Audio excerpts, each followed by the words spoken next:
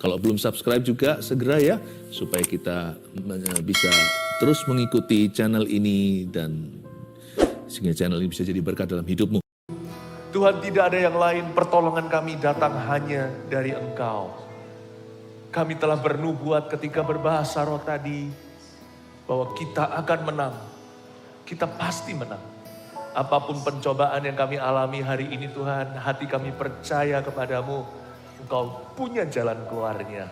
Berkati Tuhan dengan solusi yang datangnya dari tempat maha tinggi. Setiap keluarga saat teduh Kau berkati. Terima kasih Tuhan, sampaikan sabdamu. Sembunyikan hambamu di balik salibmu. Dalam nama Yesus. Amin.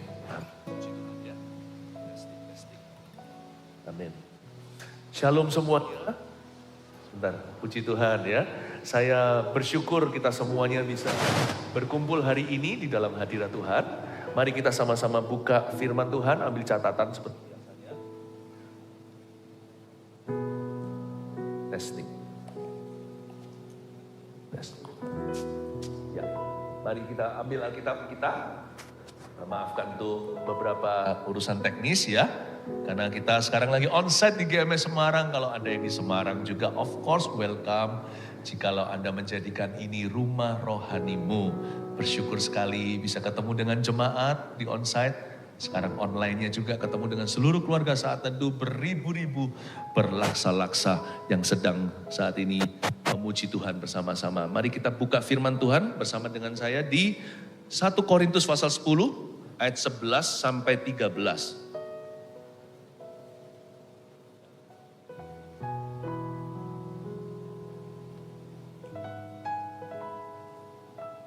1 Korintus 10 ayat 11 sampai 13 berikan judul mengalahkan pencobaan. Kalau saya tanya siapa di sini yang pernah dicobai yang gak angkat tangan berarti berdusta. Setiap orang termasuk saya kita pasti mengalami pencobaan. Yesus sendiri janji. Sekalipun Tuhan tidak mencobai di hidup ini kamu akan mengalami banyak pencobaan.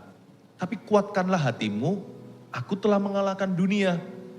Lalu di surat Yohanes, Rasul Yohanes berkata begini, siapakah dia yang mengalahkan dunia? Yaitu mereka yang beriman kepada Tuhan. Lalu mengapa banyak sekali anak Tuhan yang masih kecewa kalau mengalami pencobaan? Kenapa Tuhan izinkan? Kenapa hidupku susah? Kenapa mengalami masalah? Bukankah Yesus sudah memperingatkan? Sekalipun kita sudah diselamatkan, suatu hari nanti kelak kita masuk ke sorganya yang mulia. Bukan berarti kita sudah di sorga. Kita masih mengalami pencobaan di dunia selama kita masih daging dan darah. Kita pasti mengalami masalah. Jadi siapkan mentalitas kita. Bahwa kita hidup di dunia ini gak akan mulus. Sama sekali tidak mulus. Setiap kita pasti mengalami tantangan.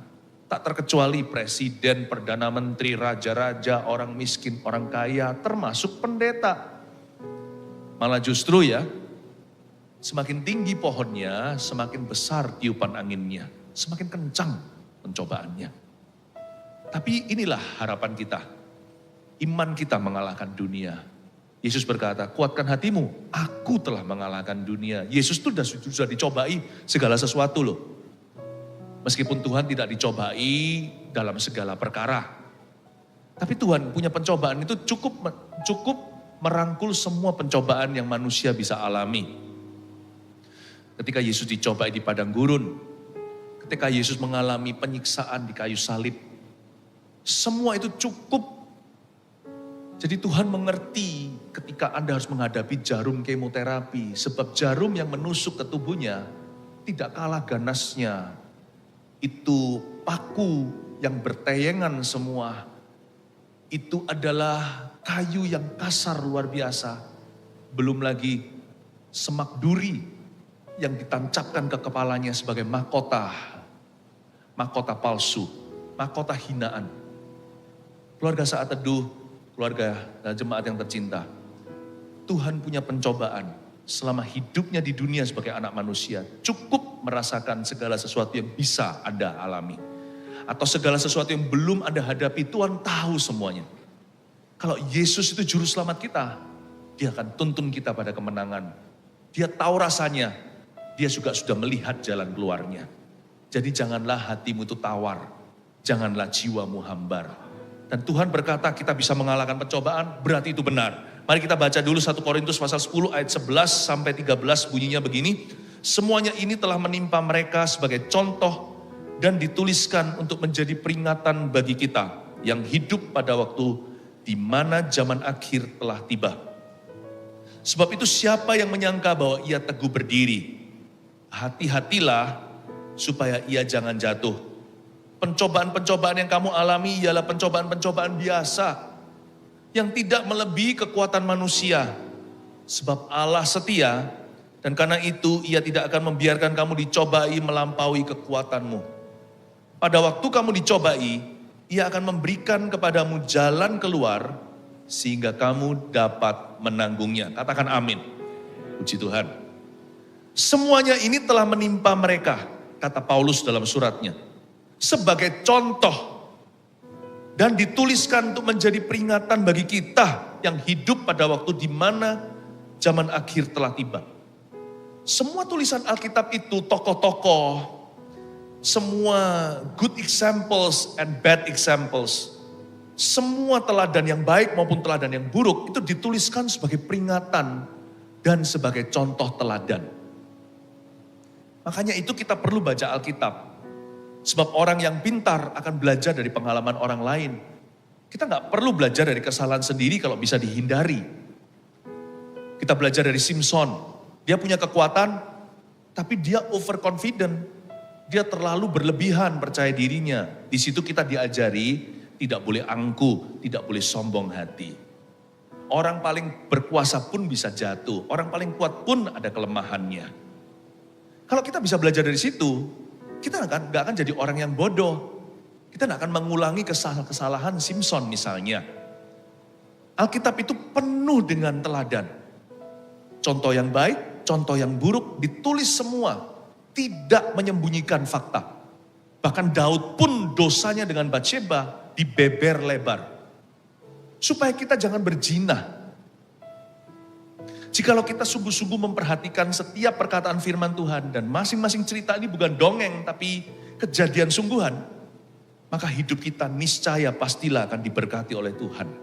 Semuanya ini telah menimpa mereka, bangsa Israel khususnya, sebagai contoh untuk kita. Dituliskan menjadi peringatan. Orang yang baca Alkitab sungguh-sungguh dan dia mempelajari semua yang dituliskan di sini. Gak pernah loh Alkitab itu munafik menyembunyikan sesuatu dari pembacanya.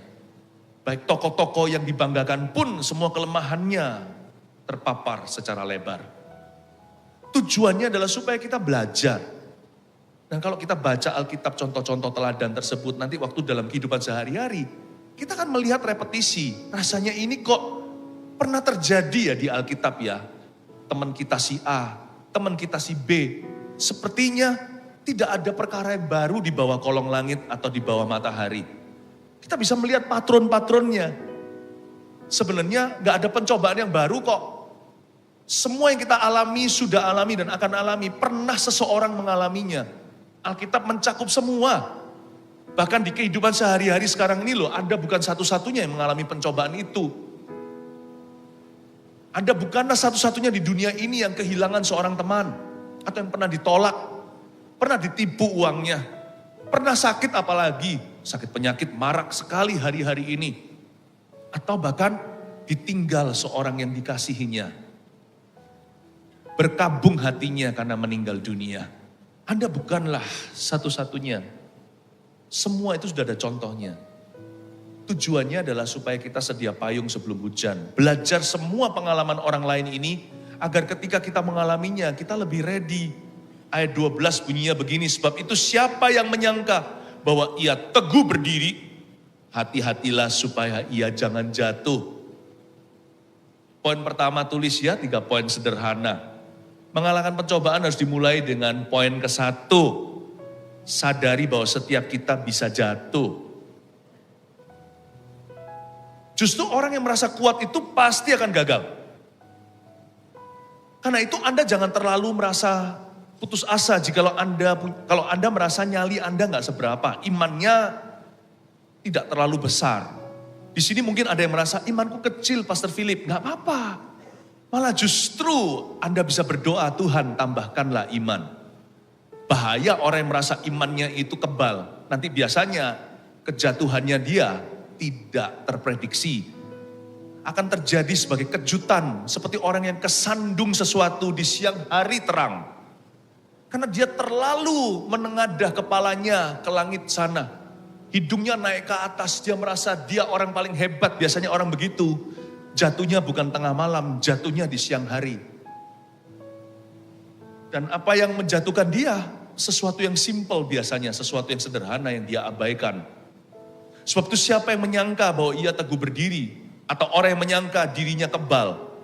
Aku gak mungkin bisa jatuh, oh aku udah kaya kok, mana bisa bangkrut. Oh aku pinter, pasti dapat kerjaan.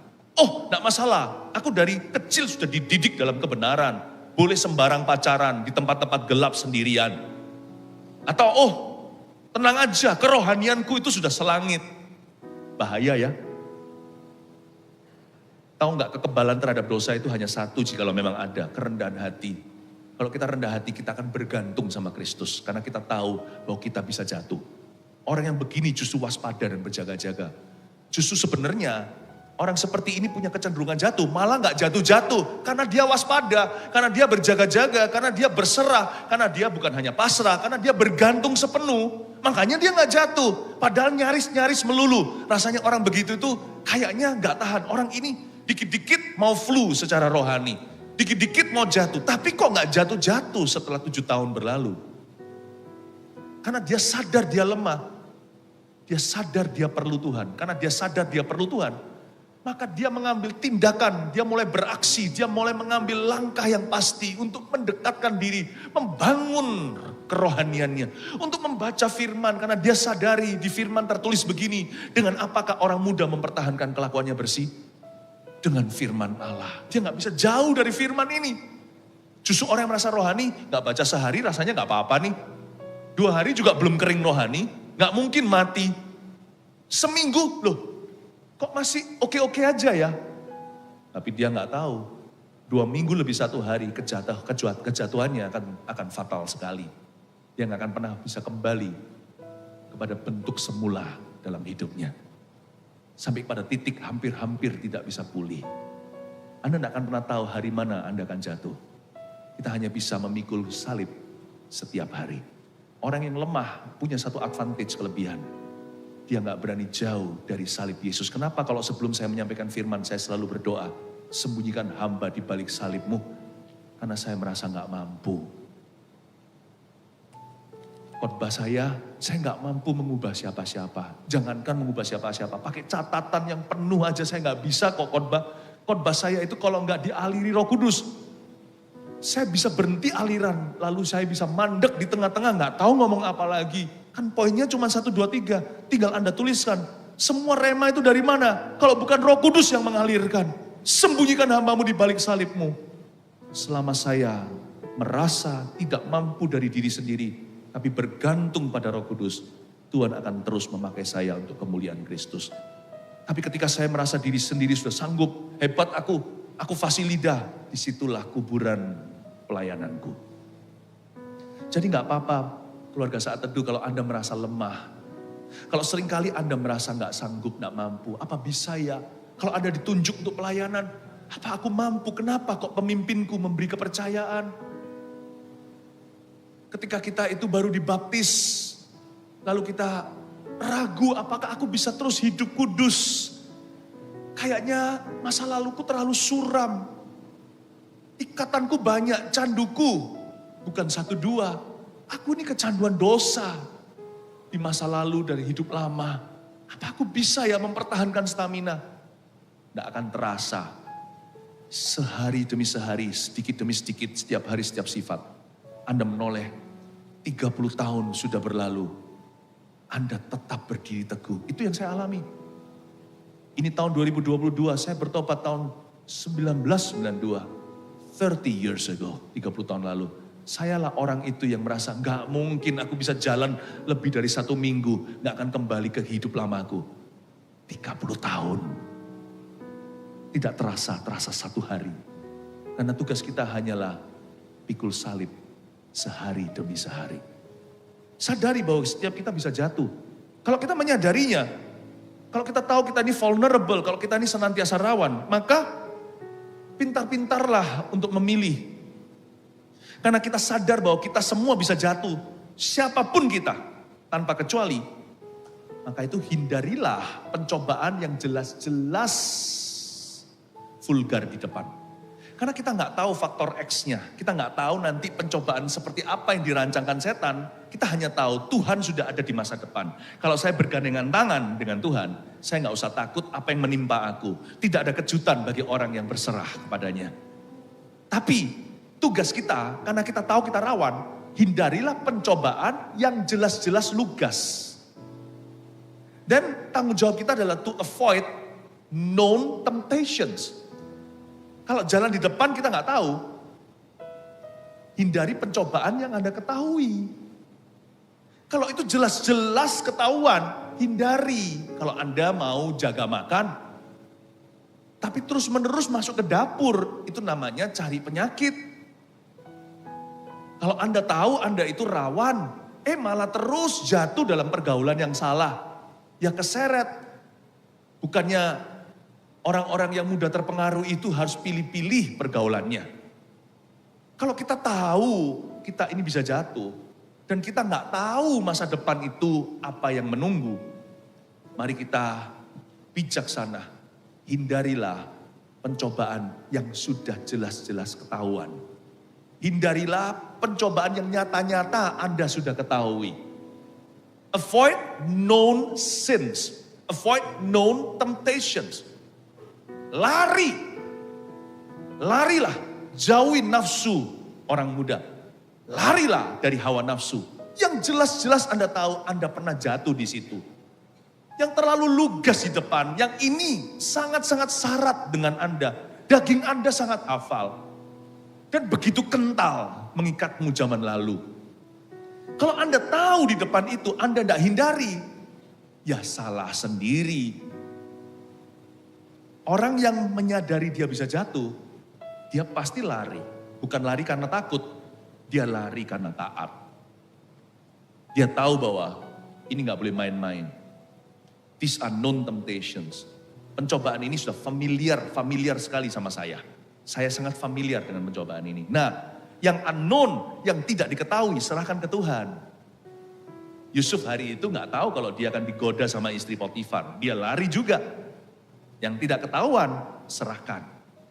Itu pun nanti pada waktunya Tuhan akan membantumu meresponinya. Tetapi yang ketahuan, itu tugas Anda, itu sudah ada dalam pengetahuan. Makanya itu make responsible choices. Buatlah keputusan-keputusan yang bertanggung jawab atas hidupmu.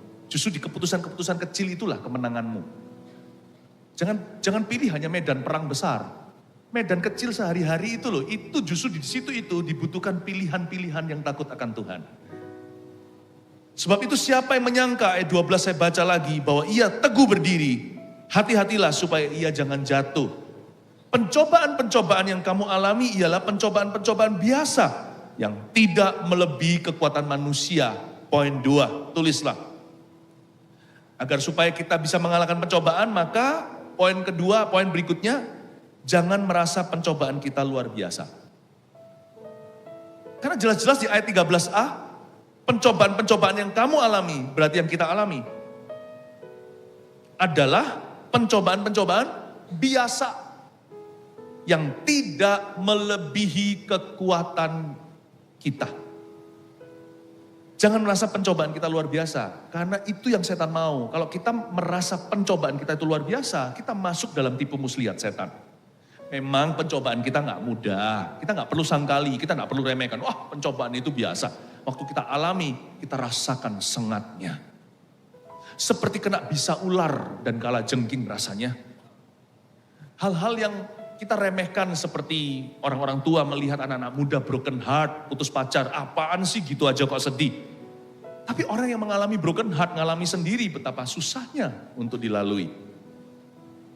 Tapi meskipun susah rasanya, fakta berbicara. Percayalah, jangan hidup berdasarkan perasaan. Karena perasaanmu bukan kebenaran. Hiduplah berdasarkan firman. Karena firman itu kebenaran. Dan firman itu berkata begini, ini fakta Yesus Kristus. Pencobaanmu, apapun itu, semua tercakup di dalamnya. Selama Anda adalah manusia, maka ayat ini untuk Anda dan saya. Pencobaan yang kita alami ialah pencobaan yang biasa. Jangan merasa bahwa apa yang aku alami ini perkecualian, pastor. Nanti kita memegahkan pencobaannya. Harusnya kita harus melatih iman kita untuk merasakan kekuatan, bukan merasakan pencobaan. Pencobaan gak usah dirasa-rasakan, udah kerasa kok. Kekuatan itu untuk dirasakan, perlu iman. Jangan merasa bahwa you are an exception, Anda adalah perkecualian. Bahwa apa yang Anda alami itu extraordinary, atau sesuatu yang di luar biasanya. Atau seolah-olah Anda adalah satu-satunya. Saya ingatkan sekali lagi ya, supaya kita gak GR yang salah kalau ketika kita dirudung masalah. Tahu gak? Yang pasti kita bukan orang yang pertama ngalami itu. Sejak Adam dan Hawa kita bukan orang pertama yang mengalami apapun yang Anda alami itu. Kita bukan orang ke satu. Dan kita juga bukan orang yang terakhir akan mengalaminya. Makanya kita harus menang. Supaya kita bisa menjadi kesaksian dan pertolongan. Orang yang menang itu kan bisa penolong orang lain. Saya suka orang-orang yang memberi kesaksian itu. Karena mereka adalah orang-orang yang ngalami sendiri. Dan ketika seseorang mendoakan orang yang sakit, kalau dia dulu sendiri pernah sakit, wah lebih ampuh doanya karena dia bisa punya belas kasihan. Itu yang saya sebut sebagai healer. Orang-orang penyembuh yang dulu juga disembuhkan. Sama kan hari ini kita sebagai seorang saksi Kristus menginjili, memberitakan Injil kepada orang lain. Karena kita sendiri pernah mengecapnya, merasakannya. Kita orang berdosa diselamatkan, sekarang kita ingin orang berdosa lainnya juga diselamatkan. Anda bukan orang terakhir yang mengalami ini. Nanti akan ada lagi. Selama Tuhan belum datang, bumi masih berputar pada porosnya. Akan ada orang berikutnya yang mengalami apa yang Anda alami. Mirip minimal. Plek sama enggak? Enggak ada orang yang mengalami masalah yang sama. Enggak ada dua orang yang mengalami masalah yang sama plek. Enggak ada. Tapi ini kabar baiknya. Kita pasti menang, Anda pasti menang. Katakan amin. Dan Anda akan menjadi kesaksian dan pertolongan bagi orang lain. Berikan tepuk tangan untuk Tuhan. Dimulai dengan ini dulu. Do not glorify your problems. Don't magnify your problems. Magnify itu, magnifying glass itu adalah kaca pembesar. Jangan besar-besarkan masalah. Pasti manusia itu sudah bakatnya Adam dan Hawa. Dari sono-sononya kita itu sudah punya talenta. Yang pasti ya, masalah kita akan terasa lebih besar dari aslinya. Apalagi kalau diakui dengan mulut kita, seluruh badan kita itu seperti disetir oleh nakoda karena lidah kita itu berpengaruh. Kalau kita besarkan masalah kita terus, wah rasanya kita orang paling malang di dunia, seluruh badan kita, sel tubuh kita akan mengikuti. Iya betul, kamu memang kalah. Kita akan seolah-olah merasa orang yang paling terpuruk di dunia. Lebih susah beriman. Bukannya justru kita harus mengakui janji-janji Tuhan. Karena kita ini punya bakat alam. Dari tubuh kita yang sudah jatuh. Setiap kali kita mengalami masalah, setiap kita itu berbakat untuk membesar-besarkannya. Yang pasti ya saya yakin. Mau 1 mili atau 1 senti bahkan 1 kilometer. Masalah kita pasti lebih besar dari realita. Pasti lebih gede dari aslinya. Karena kita itu bakatnya membesarkan. Makanya kita harus lawan arus kalau kita mau menang. Kalau kita mau mengalami kuasa Allah, akuilah firman-Nya. Kita harus punya disiplin yang tinggi untuk berbalik arah. Janganlah ikuti Adam, ikuti Kristus. Kalau Adam itu membesarkan masalahnya, kalau Kristus kita memuliakan Bapa, kita mengagungkan, menceritakan perbuatannya. Jangan merasa pencobaan kita luar biasa, karena memang tidak demikian. Karena Tuhan yang paling tahu sebenarnya pencobaan kita itu tidak melebihi kekuatan kita. Buktinya kita masih bisa mengeluh, berarti kita masih kuat mengeluh, paham maksud saya? Buktinya kita masih bisa ngomel, masih bisa marah sama Tuhan, kecewa, berarti kita masih punya kekuatan untuk berdoa. Tapi peluru kita gak pakai untuk tembak musuh, peluru kita pakai untuk bunuh diri. Mengeluh itu membunuh dirinya sendiri. Ngomel itu menghancurkan iman. Marah sama Tuhan, wah gak ada lebih besar kerugian daripada kalau kita marah pada Dia satu-satunya yang bisa menolong kita. Jangan merasa pencobaan kita luar biasa. Mulai hari ini jadi orang yang moderat saja. Kalau kita ngalami masalah, ya aku punya masalah yang besar, tapi Tuhanku lebih besar. Nah itu kan beda. Besar memang kita akui, kita nggak remehkan. Tapi ketika dikasih satu kata Tuhan lebih besar, persoalan kita jadi biasa. Ya, saya melihat orang yang imannya itu dewasa ya. Padahal kalau saya lihat saja masalahnya aja saya gentar loh. Tapi orang itu melaluinya, dia bisa penguasaan diri. Dia tidak membesarkan, tidak panik sendirian. Dia bisa berkata, ya tolong doakan ya. Cukup dia berkata, tolong doakan. Agar mujizat terjadi bagi keluarga kami. Dia nggak perlu mengeluhkan musuh. Dia berkata masalahnya begini.